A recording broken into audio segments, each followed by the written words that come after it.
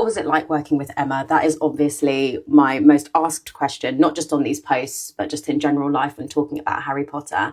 And I have to say, she is lovely and I absolutely adored her. If I take you back a little bit to the first film, we obviously met in the audition, but it was really quite brief because they sort of lined me up against her and checked our hair and our height and we sort of looked similar. But then they really quickly swapped her out and auditioned me with Dan and Rupert because ultimately that was who I was going to be filming with most, because there was never really a time, apart from Prisoner of Azkaban, where you needed both of us on set filming. The first time we really properly met was when we flew up to Newcastle. I auditioned, got the part, and then I don't think I heard anything for about 6 weeks, and then got a call saying, we're starting shooting, we need to go up to Newcastle tomorrow.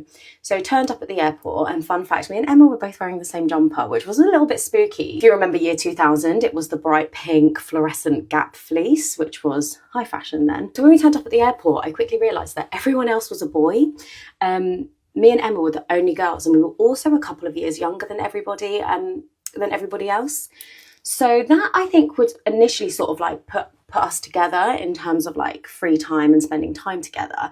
But over the years of filming, we definitely became friends. We were really into sort of similar things. Like, we absolutely loved dancing. So we did dance classes. I can still remember doing routines to Justin Timberlake. That was like our songs of choice. We loved like makeup. I think she did an article for like Teen Vogue and said that her favourite lip gloss was like a Stila lip gloss.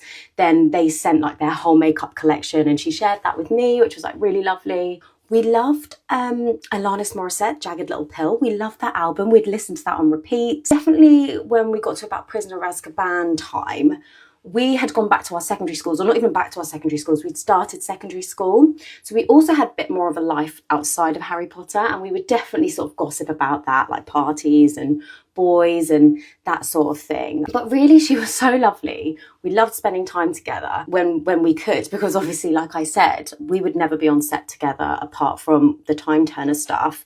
If I was there, Emma was not needed. If Emma was there, I was not needed.